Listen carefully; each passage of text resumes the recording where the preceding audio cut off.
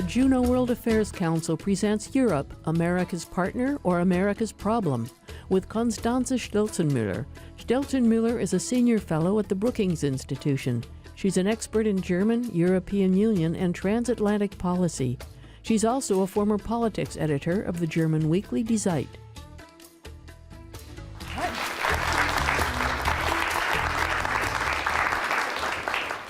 Well, thank you.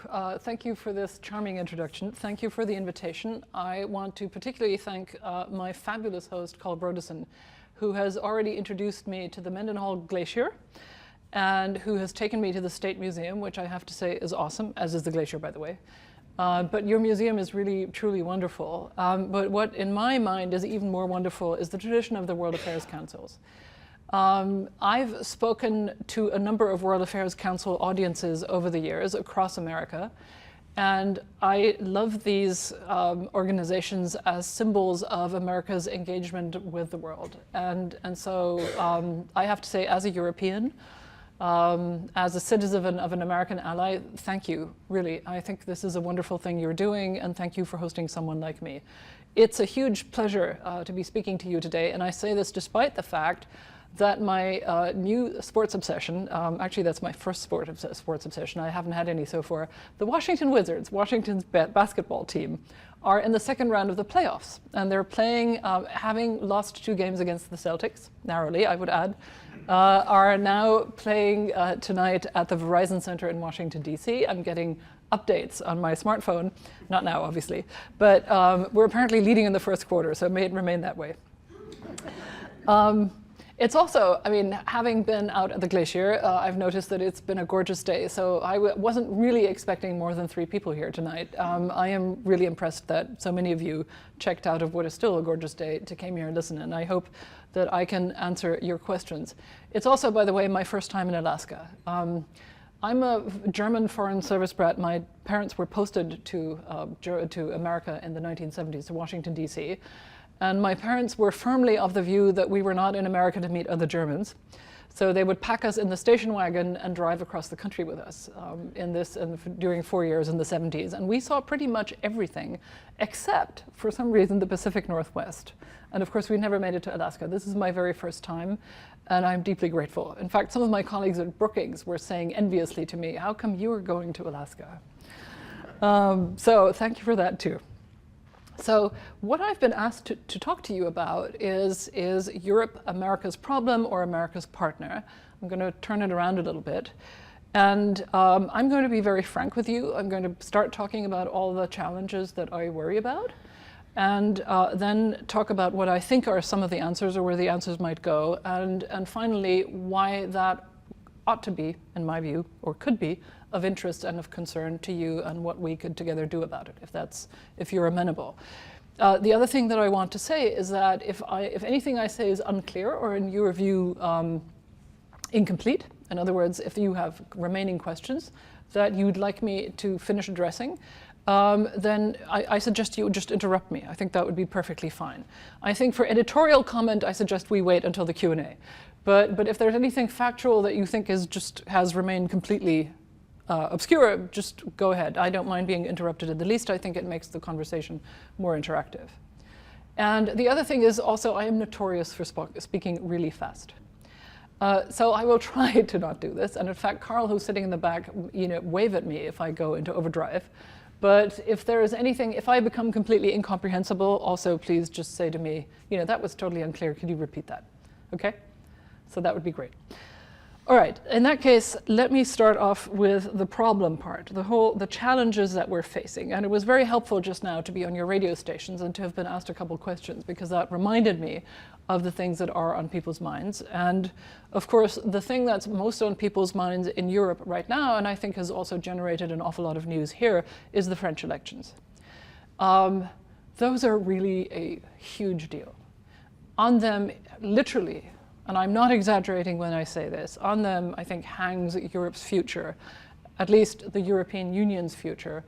But I do think that if those goes badly, it would be actually damaging to our growth, our social cohesion, to many things. I think that could really be the beginning of a downhill slide.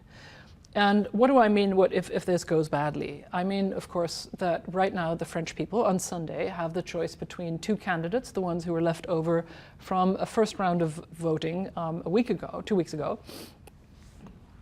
And one candidate is Philippe Macron, who's 39 years old and founded a party a year ago, and who has scant governing experience. He was a minister of economics for a couple of years under the current government, and then left because he disagreed with the government's politics and decided to campaign for the presidency of France. He is campaigning right now on a full-throated and really energetic defense of France as a European outward-looking nation, a nation that is committed to the European project, and as a country that acknowledges that it needs to do some reforms to the way it does business politically, to its economics, but that also has dreams of what Europe ought to look like and wants to engage on that with other European nations, including my own, which is Germany. His opponent, Marine Le Pen, is the daughter of a quite well-known French right-wing politician. And her father, it has to be said, is pretty much as close as you can get in France to a fascist. I mean, somebody who has anti-Semitic, racist views, anti-democratic for sure. And she herself has tried to mitigate that a little bit. She's tried to push him out of the party. She has tried to sort of whitewash her own presentation. But I think it has become increasingly clear, including in a 3-hour national debate televised last night in France, that that this veneer is really very thin. All you need to do is scratch the surface, and underneath you will find someone who is profoundly against, every democratic value that I think Americans and the European project stand for. So this is a huge bet. And in the last round, there were 4 candidates left over, and Macron came out barely ahead of Marine Le Pen, the right-wing candidate. Most of the defeated candidates have come out in favor of Macron, the young Democrat, but one did not, a hard left-wing politician called Mélenchon, who had 20% of the vote. So it is not impossible that this Sunday, this woman could win. I am not going to tell you otherwise. The polls, unlike in the American election, the French polls have so far been really quite good, and they predict that Macron, the Democratic frontrunner, will get 60% of the vote, and she will get no more than 40. But again, it is not impossible that people are ashamed of admitting that they would vote for her. We've seen that before. And so it is not a foregone conclusion that there could not be an upset on Sunday. So frankly, at this point, this is a real nail-biter for Europeans, and I think for some of my American friends in Washington as well.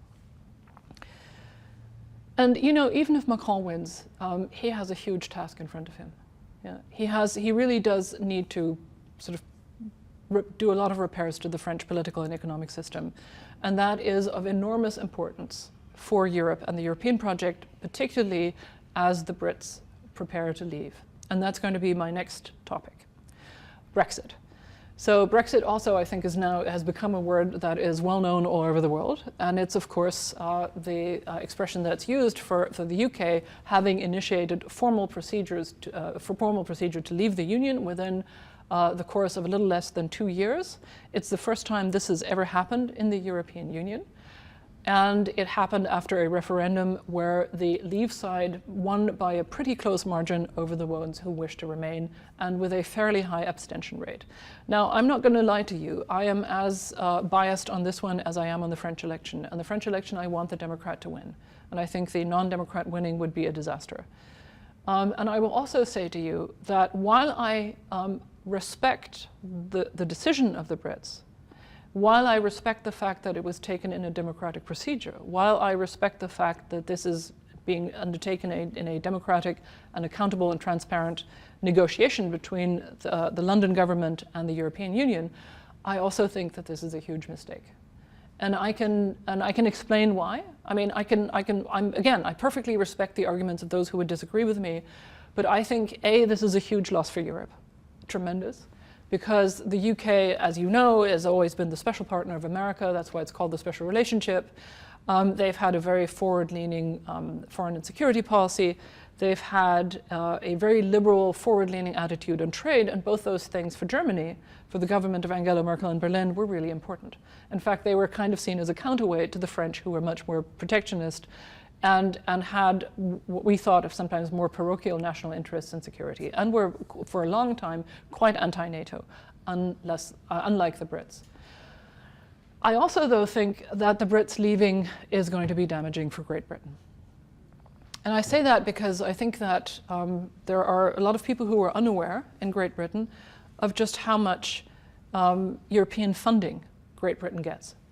Those of you who have traveled to the UK may have seen posters with the European flag, the blue ground and a circle of golden stars at the side of roads. And that will say this road was built with money from European infrastructure funds.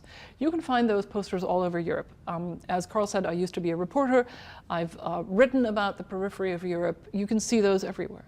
That's one way in which the EU has had a huge impact on European infrastructure and, of course, on prosperity, because roads are important, right, for moving goods and people. So that's one thing that the Brits stand to lose. I also think, frankly, that a lot of the criticism made in the UK at Europe, I think, would, with equal or more justice, have been leveled at London. The UK, just like France, is one of the most centralized countries in Europe.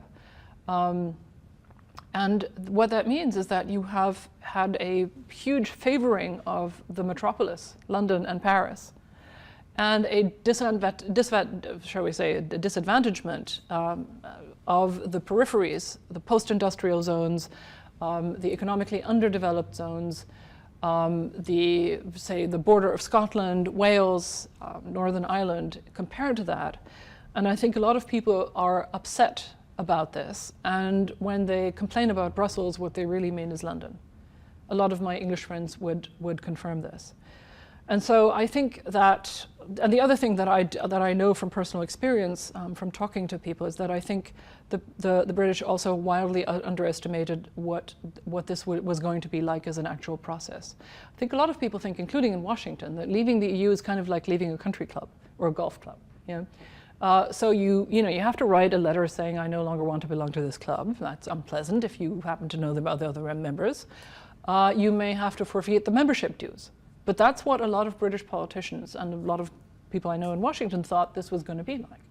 What they, I think, don't really understand, and here it helps that actually before I was a journalist, trained as a lawyer, people don't really understand just how deep the sort of tissue, the connective tissue is between European countries, because we have some common institutions, the European Parliament, the Commission, regulatory institutions, all of which do important work.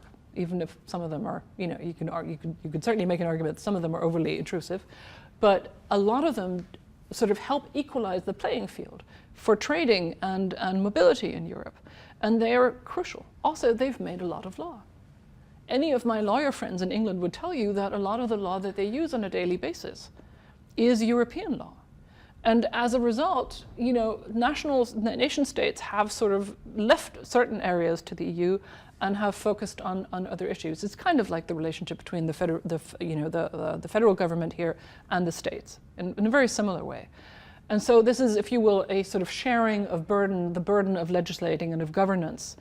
And I think that is going to be a huge undoing all that, ripping it apart is just going to be a huge burden on the Brits. My third topic is refugees.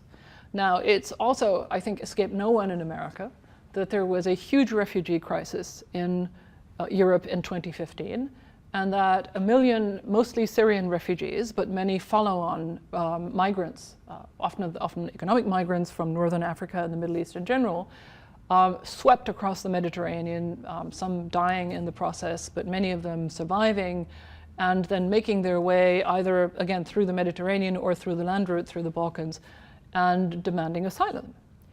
And I think at the time I had moved to Washington in late 2014, I remember many of my American friends saying, is this the end of Europe? Are you all going to just completely collapse under this weight?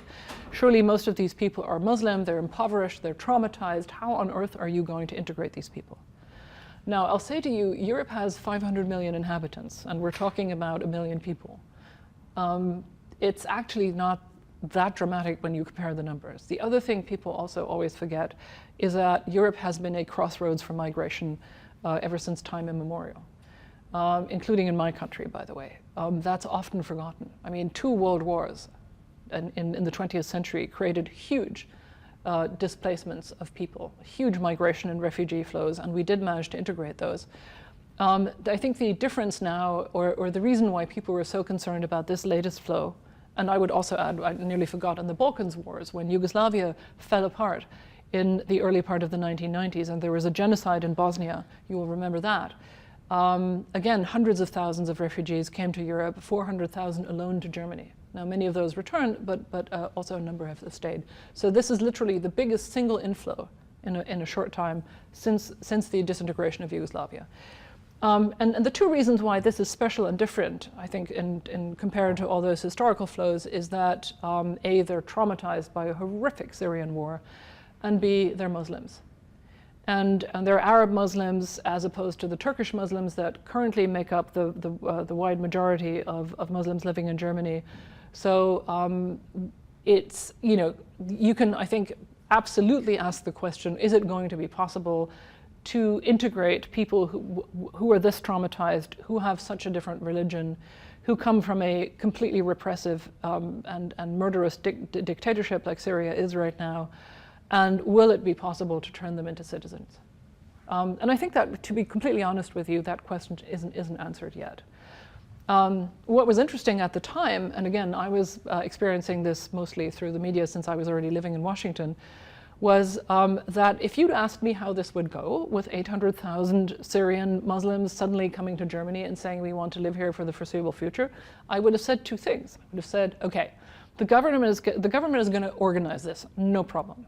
We will handle this because, you know, we're Germany, right? Whereas civil society is really going to have a problem with this, and there's going to be, you know, demonstrations and whatnot. And to my immense surprise, it was exactly the other way around. It was, the government was sitting there like a, you know, rabbit in the headlights. And I was thinking, this is not the Germany I know. How is this possible that we would be struggling so much? But civil society rolled up its sleeves calmly, looked at this and said, okay, clearly, you know, stuff got to be done here, so let's do this thing. You know, let's move this sucker. And move it they did. I mean, you know, some of my friends, some people with 24/7 government jobs or teaching jobs or whatnot volunteered in refugee centers for months. And were actually very moved by the experience and moved by the stories of the people that came. I know that one of my friends' 82-year-old gynecologist mother, who had been retired for quite a while, took a look at the situation and said, well, somebody's going to be needing gynecologists. I'm going to reinsert myself into the workforce. Yeah, and this happened across Germany. And it happened in towns and in villages and in between. Now, there's also been an uptick in hate crimes against refugees, of course. There has also been crime by refugees. But I will say that the crime committed by refugees in that time has not been above average, contrary to some sort of, I have to say, fake news reporting. And now, a year and a half later, we actually seem to have done quite well in getting the situation under control. The larger question is, of course, you know, people learning the language, people finding jobs, people becoming citizen. That one is, I think, still to be monitored. But it's a big challenge. And I have to say, I'm kind of proud of my country for having managed this in this way. Now, there's 2 issues with this. One is, of course, that Angela Merkel tried and failed to turn this into a European, to broker a European solution to this problem. In other words, she tried to get other European countries to take up the slack a little bit as well and take in refugees. Some did, but most of them didn't. And a lot of them felt they were being strong-armed. Some also felt that Germany, by opening the doors, had sort of created a sort of magnetic attraction and in fact had sort of issued an invitation. I would say that that's an unfair characterization. I think if she had closed the doors, there would have been a backstop of refugees all the way through southeastern Europe to the Balkans, through countries much more vulnerable than Germany with its wealth and its stability. And I think she would have created a much, much bigger problem by saying no. So I think we actually helped take the pressure out of it. That said, I think it was also perhaps just too much to ask, particularly of small Eastern European countries with a different history, to take in these large numbers of refugees. We were in a better position to do this.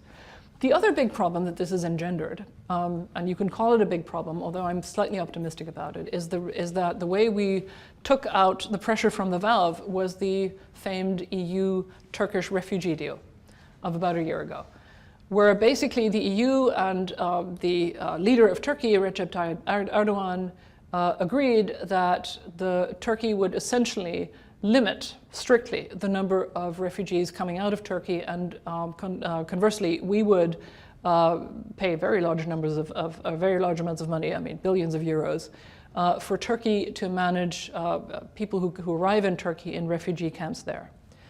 Now, that is problematic on a variety of levels because it basically gives Erdogan sort of a handle.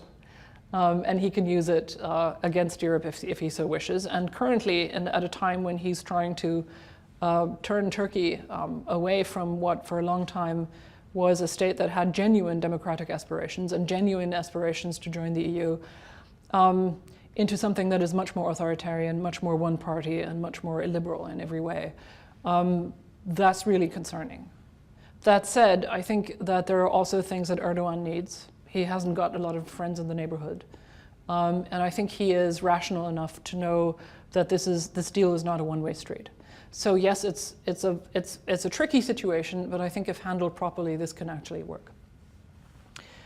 So the other thing, the other challenges that I want to mention briefly, of course, is war and failing regional orders, failing states in the Middle East and Northern Africa, from Libya to Syria, of course. Jordan and Lebanon are groaning also under the weight of Syrian refugees. Authoritarian countries, the end of the Arab Spring in Northern Africa, all of this is a tinderbox. All of this is of huge concern to Europe. All of this could be the source of more conflict, could be the source of more refugee outflows, and it's something that we have to do something about. It's something where Europe has to play a much bigger role in stabilizing, in making peace, and in, I would say also in democratic transformation, because I think that democratic nations are the most likely to be stable and peaceful with regard to their neighbors and in the region. But there are huge challenges there. Egypt as a tinderbox, Iran, supports Palestinian terrorism. Iran supports all sorts of nefarious groups in the region. And then there is, of course, Islamic terrorism. So yes, is this a big concern to Europe? Of course it is. I would argue that the only way that Europe can get a grip on this is by being unified, by acting together, by trying to have a negotiating and development aids frameworks and, yes, military forces able to deal with this kind of thing. But that is why European unity matters so much to us.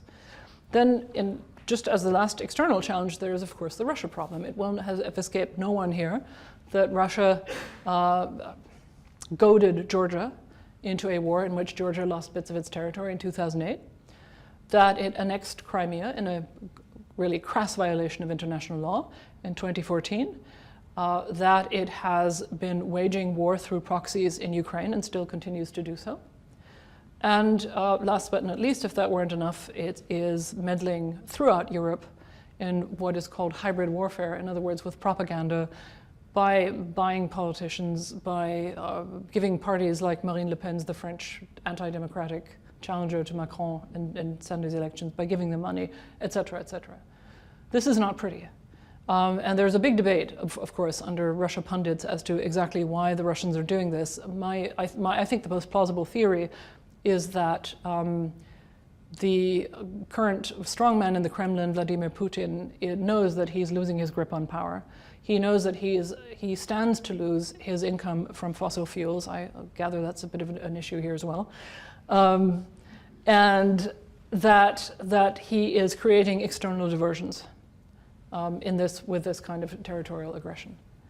So, and the reality is that is a huge problem for us, of course, Because not only does it hold out the risk of further territorial aggression from Russia, it also means that Russia as a partner currently is unimaginable, and we're dealing with a country that is a superpower that has nuclear weapons, has in fact threatened to use them, and is apparently bent on permanently being an irritant in Europe and in Europe's neighborhood. That's a really dire prospect. And again, it's something that we have, I think, have tried to begin to tackle, including by increasing our defense budgets across Europe. I know that the current president of America thinks that we're not doing enough for defense. That is true, but we're actually doing a lot more than we were only doing a couple years ago, and we're doing it because of this Russian aggression. That has really woken people up, I assure you, including in my own country. I mean, I think with the kind of stuff that we're doing currently in defense, Germans would have marched in the streets 2 or 3 years ago, and now it's taken as a given that this is necessary. Finally, there are a couple of internal problems that ought to worry us and do worry us and might worry you, and that is sort of what has seemed like a populist wave sweeping Europe, temptations to authoritarianism and illiberalism, particularly in Poland and in Hungary. You may have read about that. We're currently seeing really healthy economic growth, but that could flip, where nobody thinks that this couldn't turn back, and the Eurozone crisis and the global financial crisis, which for us was a Eurozone crisis, was terrifying, as I'm sure your side of the crisis was for you. And nobody thinks that is impossible, that kind of thing could come back. And finally, there's a larger malaise, if you wish, and that is sort of attitudes to globalization, or to put it slightly less, in a slightly less wonkish way, attitudes to our relationship with the world. Do we want to stay connected with the world? Do we want to trade with them? Do we want migration and immigration? Or do we think that we are better off by pulling up the drawbridges, by investing in border security, by not letting people come in? And what does that mean? Now, that's a huge discussion, and it's one that I think we share with you. And I think it's also one where there's a somewhat fundamental difference between America and Europe. For us, globalization has meant open borders, trade, people going over, bicycling over borders in Europe. Yeah. That was a big deal when those borders went up and the little houses where people would check your passport disappeared, and neighbors would just bicycle over. That was an incredibly emotional time when that happened in the 80s and 90s. It's really meant a tremendous increase in mobility and communication, and it has, I think, immeasurably increased Europe's peace and prosperity. I think that the whole movement after the fall of the wall in 1989 for the Eastern European nations formerly in the Warsaw Pact to join the EU, to become democracies, none of that would have been as seamless as it was without the enabler of trade and movement that we had. If we hadn't had this kind of integration, it would all have been much more difficult and much more touch and go. And I think it's entirely likely that some of these nations would have fallen back into the Russian sphere of influence. So for us, it has really meant the difference between fragmentation, political disunity, and economic stagnation, and something that is a huge, I would say a glorious achievement of peace, prosperity, and democratization, particularly in the last 25 years since the fall of the wall. It's been amazing. I was 27 when the wall came down, and if you told me all the things that happened since then, I would have said, this is pie in the sky. It can never happen. And it's really been remarkable. In my current Brookings jobs, go to Europe a lot. And I go to, pretty much I've been in every European country except Bulgaria. So I think I can speak from experience when I say that there has been a huge amount of positive change. But the difference, of course, is that for Americans, your geolocation just makes the calculus look different, right? You have natural boundaries and 2 oceans. You have Mexico to the south and the Canadians to the north, and you have a huge internal market, and you have strategic resources. And so for you, it looks more like as though, checking out from globalization is an option. So, and you even now have your own oil and shale gas. I still think that that would be damaging for you if you did that. I think it would be a tragedy if you cut yourselves off from the world, but it's an option for you that we in Europe simply don't have.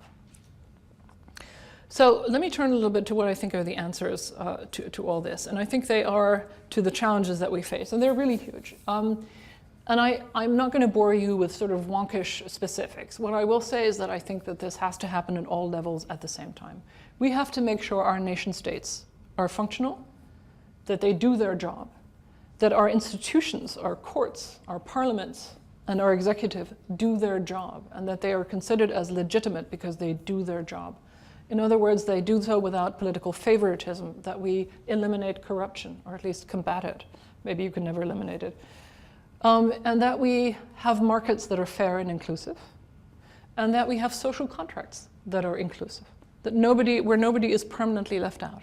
And I think one of the things that we failed to see, and that people like me failed to see really over time, was that globalization also creates losers with real grievances. And so we need to address these. That's very clear. The other thing that we need to figure out in Europe, and it's kind of like figuring out the relationship between states and the federal government here, which I know is a big debate and has always been here since the revolution, is how we figure out the relationship between our nation states and the European Union. How much EU, how much union do we need to figure out common problems? And what should the nation state do?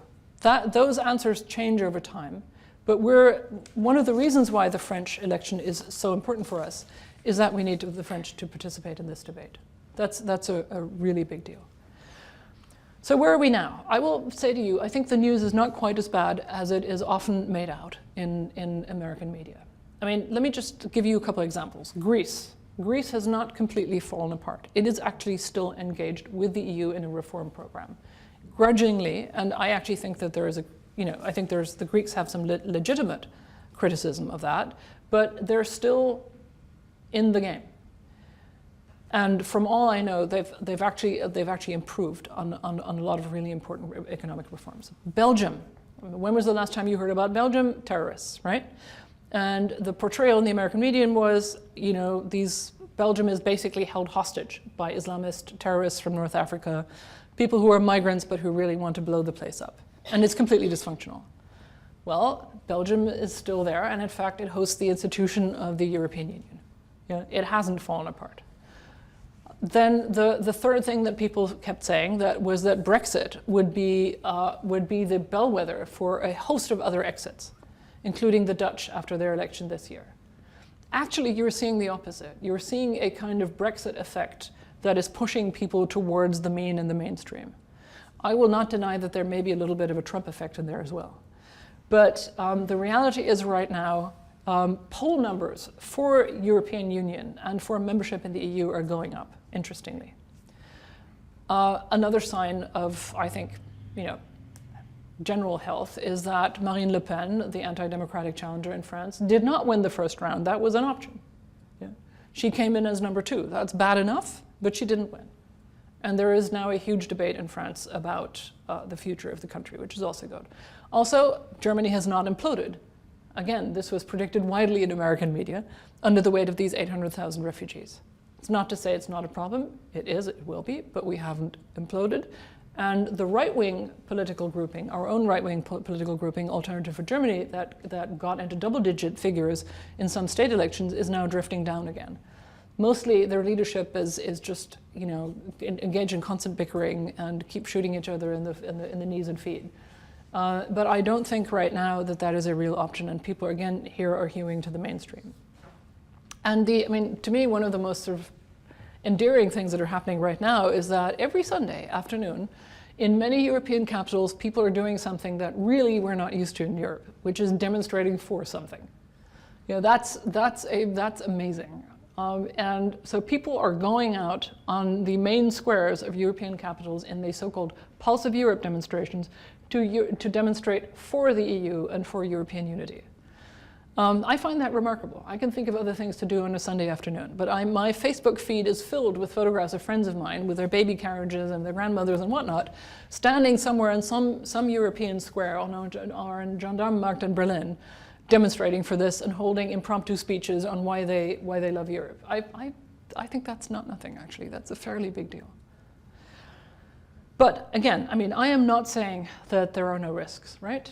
I mean, I've named several. More Russian aggression, you know, or Russia just falling apart and with spillover effects. More mass refugee inflows, possible. Large-scale terrorist attacks.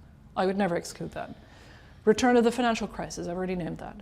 Or a military conflict in East Asia, which, I mean, seems like far away. We've been talking about whether there is a possibility of action against North Korea, right?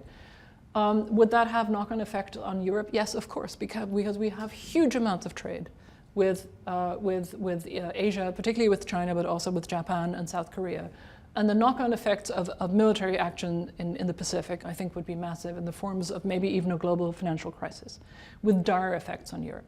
So all of that matters to us enormously, and I think these are spaces we're going to have to watch. The potential outcome of this isn't entirely clear. I mean, you know, the Russian aggression could have caused Europe to fall apart. In reality, it's increased our defense budgets. It's made us move closer together. We are standing firm on sanctions against Russia. Yeah. So in theory, I can see a possibility that further instability in the world or in our neighborhood could lead Europe to move closer together. But the main point that I want to make here, that I wanted to make with this panorama of issues, is that you can see why America's attitude to Europe matters. You could be the finger on the scale. In this situation where we were having to field, surrounded by a ring of fire, more challenges than we've ever had to field in the post-World War II era, what America does or doesn't do in our space is of existential importance to us.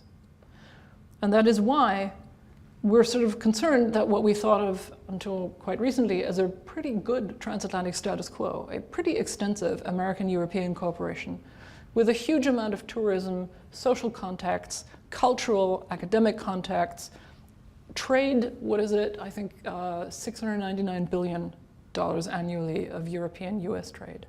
Huge.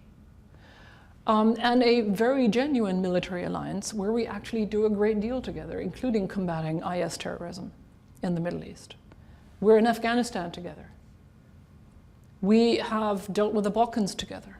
I mean, the American-European partnership is very real, it's huge, it's enormous, and it has real depth. And suddenly we're seeing a new American administration that seems to question all that. That has been saying the EU, you know, we really don't like that. The EU is a bad deal. It forces us to make trade deals that don't work into our advantage, so we need to split it up. NATO is obsolete, it doesn't do enough. And very often Germany seems to be sort of the main culprit in the thinking of at least some of the people in this administration. That's a concern, absolutely. Now, have we seen reversals of all this? Yes, we have. We've seen the president reverse himself on a number of important issues, including on whether Angela Merkel is a nice woman or not. But the reality is there is a huge amount of instability and volatility there, and for us that's a real concern. Because, you know, reversals can be reversed, right? And this is the first American administration since the end of the World War II to treat allies essentially almost like challengers or adversaries. It's all there to be renegotiated. It's all transactional. Now, we also see that mostly for now, you know, the action is here. Yeah? Healthcare reform, the action is with North Korea, the action is with the Chinese. It's words or tweets. But, you know, in international relations, words have their own weight. They become particularly important for people as a way to plan ahead when they aren't embedded in a policy, when we don't have an ambassador in Berlin or in Brussels, as we still do not. And when the people who are supposed to be making the policy in Washington are not nominated and may never be nominated. And that means that then words and tweets develop a huge life of their own. But I can tell you also, and they already have a life of their own, I can tell you also that if this turned negative again, in other words, if the reversals are reversed, this could have a massive impact. I think it could mean the end of NATO. It could mean the end of the EU. And I will also say to you that I think that that would have a massive effect on US interests in Europe and in the region. I think that in Europe you'd find US companies, bases, citizens, and trade affected. Germany alone is responsible for about 700,000 American jobs, American companies operating in Germany. Yeah. There is a huge amount of American investment in Europe. That would be affected. Yeah. And it's for people in Washington to say, no, it's just globalism, we can withdraw, ignores the degree to which you are a part of European life. As, by the way, we are a part of American life because we have European and indeed German companies invested all across your continent. I don't think there are any in Alaska, but there are, in the continent from the East Coast to the West. And the other thing that I think sometimes is not understood, just how much European diplomacy, development aid, trade, and specialized military capabilities backstop American policy in the Middle East and Northern Africa, and in the former, in the neighborhood of the former Soviet Union, and in the relationship, of course, with Russia and with China. Having us at your side as a unified force is an additional leverage which takes a burden off America. It also, I would say, because we share the same democratic values, it adds legitimacy, which is, for me, growing up, was the biggest deal about America and about the West, is our common values and the legitimacy that confers, our commitment to democracy, to pluralism, and to an international order that deserves that name, that is fundamentally decent. And so I think losing all that by allowing Europe to fail, I think would be a huge price for the US to pay. I think it's one that you shouldn't pay for my own sake, but I think you also shouldn't pay it for your sake. I'm nearly done.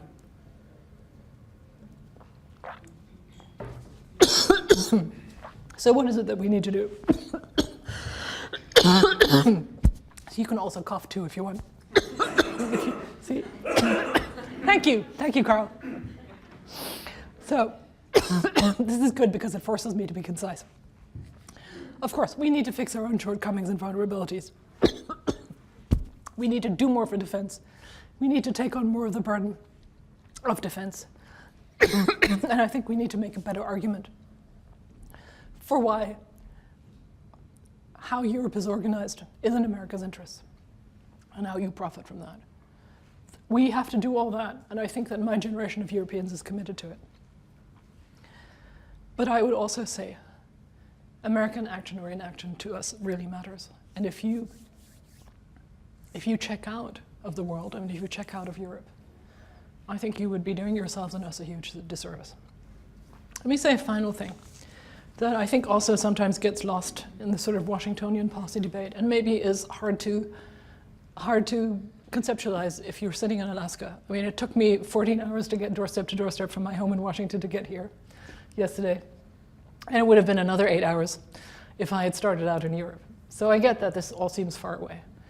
But Europe for us is not just a project of nickels and dimes, of euros and cents. It's not just a project of strategic opportunity, of saving money, of enlarging our trade leverage. It's also a matter of the heart. And it's a matter of the heart, sort of depending on your age, but I think there are things on which we all concur. My parents my mother was a child, my father a young man who'd been drafted by the Nazis into the Wehrmacht as a 16-year-old. And they were rescued by the Americans. And they saw a Europe that had been devastated by war become peaceful and unified. That was a really big deal for the generation of my parents. And because I've been a journalist and a reporter, and I've been in war zones, and I've been in the Balkans and in Afghanistan, I know what it is like for people to have lived in war. I have not just the stories of my parents, but my own experience. And of course, war is brought to us through the stories and the traumas of the refugees and the migrants that come to us often enough. So in many ways, we know of the alternative, and we cherish peace because we've seen what life is like without peace. It's a really, really important rationale for Europe. It's also brought us huge prosperity. If anybody, I'm old enough at 54 to remember austerity in Europe and when I was a child. I was born in 1962. And God, my parents saved on everything. And I remember vividly when suddenly things became more available. I don't remember rationing, I'm too young for that. But this suddenly consumer goods flowing in, people having money to spend on things that maybe weren't luxuries but also weren't necessities, that was a really big deal. And Europe brought us that too. And then finally, and again I say this as a West German, when the wall fell down, I was actually a graduate student in America, but I went back home pretty quickly after that. And the miracle of German reunification with East Germany, which had been a communist country under Soviet rule, was something that my generation would not have dared to imagine. And the miracle of the German capital now being in Berlin is to me still something that I have to pinch myself about. And the fact that I can journey to Poland and to Estonia, where I'm going next week, or to the Czech Republic, or to Bulgaria, is just astonishing. These are all peaceful and democratic countries. And that is something that we could not have done without you, without the Marshall Plan, without American commitment to NATO and European safety in the Cold War, or America's commitment to Europe whole and free after the fall of the wall. Without you, we couldn't have done it. It's been one of, I think, America's greatest and most noble achievements, this ensuring our peace, prosperity, and democracy. And so I will say that if you, sometimes one can have the impression that Americans now are wondering whether this commitment has been worth it and whether there's still anything in it for you. I can tell you it's been worth it for us. I believe that we can make it worth it for you still, and that we should have that conversation openly and among friends. And I realize that I'm almost out of time to take your questions, so I'm just going to shut up now after this passionate plea and ask you whether there's anything that I've left unanswered or anything that you still want me to discuss. Thank you very much for your attention.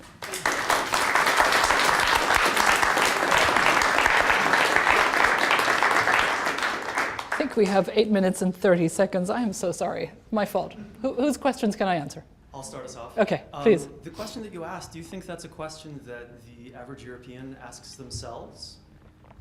Does America value me as a person, me as a European, or Europe in general? Yes, of course. I mean, I was trying to be polite about this, but I mean, we do read American newspapers. We do watch, and there's other options. We can watch American TV on the internet and so on, and we read tweets, of course. And so, yes, we do wonder. And honestly, I mean, I don't think I have heard such hostile language towards Europe and my own country, Germany, coming out of Washington in my lifetime. And that's really concerning. Again, I can see the volatility of that opinion, and I can see the reversals, but I think there are some remarkably consistent negative attitudes underneath that I think we have reason to worry about. And again, I think our position has to be, okay, let's look at this. What of this is legitimate criticism, and how can we address it? And how can we make a better case for what we think we're doing? But there are parts of it that I think are really extreme and really radical, and that are concerning because they can't be addressed with arguments or with facts. And so I'm honestly, part of my bet is frankly also on the deep relations between our societies. The fact that, hundreds of thousands of German school kids go to spend a high school year in America, that there are hundreds of thousands of American college students who go to Europe to spend a year there and come back enriched, as do we. And that there is a huge amount of economic investment and studying each other's, approaches to whatever it is, climate change, renewables, and so on the state-to-state level. There's a ton of that, and I'm hoping that we will do more of that and stay engaged in that level as well. Do you think you'll make it to Bulgaria anytime soon? I hope so. It's it's the only state in Europe that I haven't visited. Ma'am. I share your concern about official attitudes of the American government. But I wanted to share my concern about Europe, okay, which is seeing the growing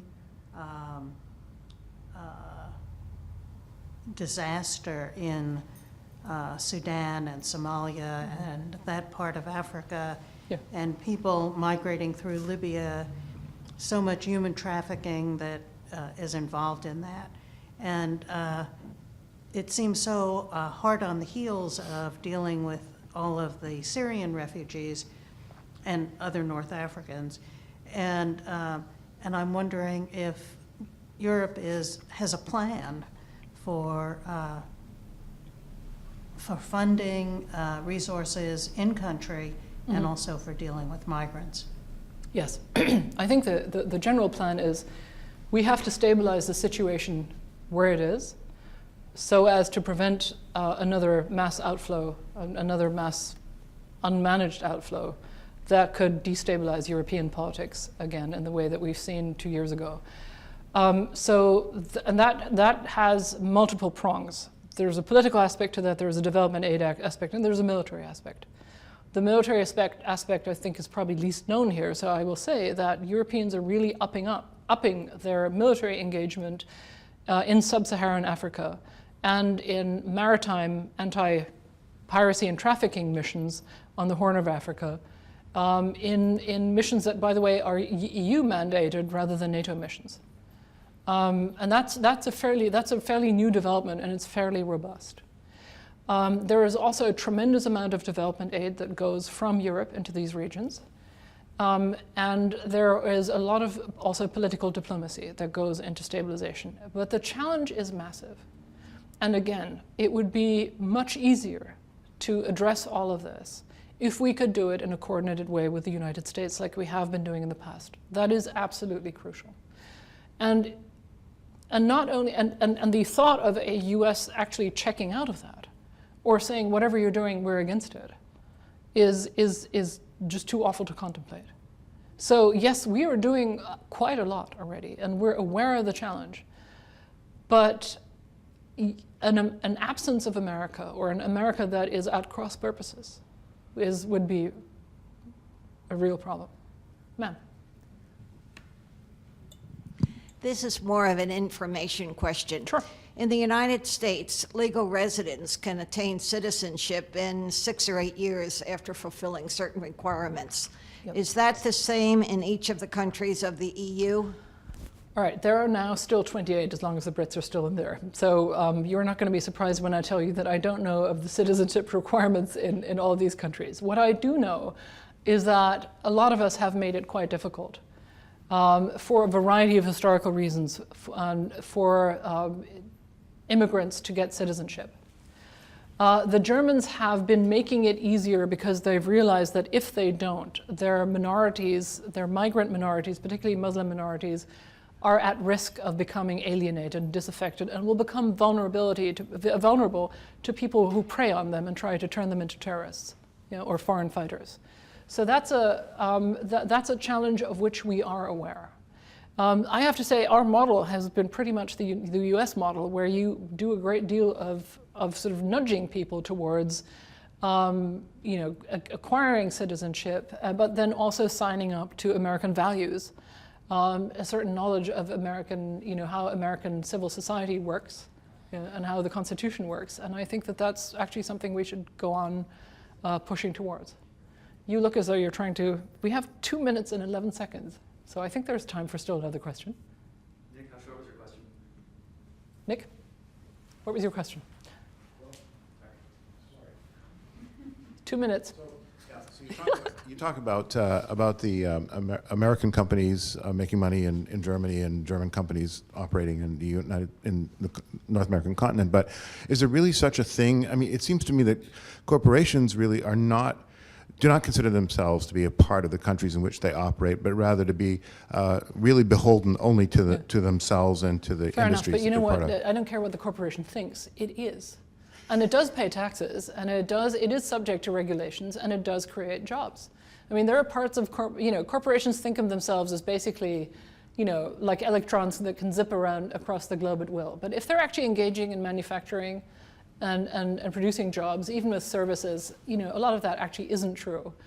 And so the fact is that American corporations produce value in Europe. And we produce, ours produce value in America.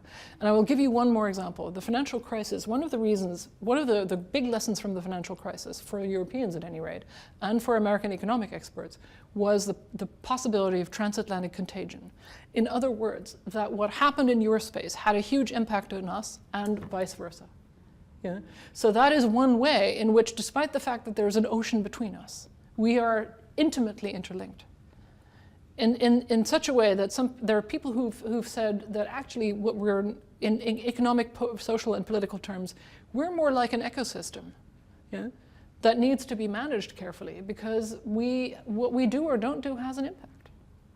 But that is very demanding for politics, and it's also really demanding for publics, because it's hard to understand, and it's also, I think, easy to manipulate the kinds of fears that people then have of being somehow tied to events that are far away, and that those can have an impact on them. That makes for a very demanding kind of political debate, and requires really responsible leaders and responsible voters as well. So, I'm on 000. Hey.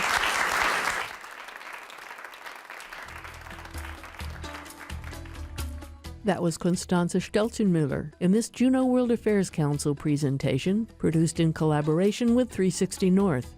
It was recorded May 4th, 2017 at 360 in Juneau, with support from Alaska Airlines, Alaska Electric Light and Power Company, Alaska Power and Telephone, Kerr Alaska Incorporated, GCI, Hecla Greens Creek Mining Company, Haight and Associates, the Prospector Hotel, Sea Alaska, and Wastman and Associates Incorporated.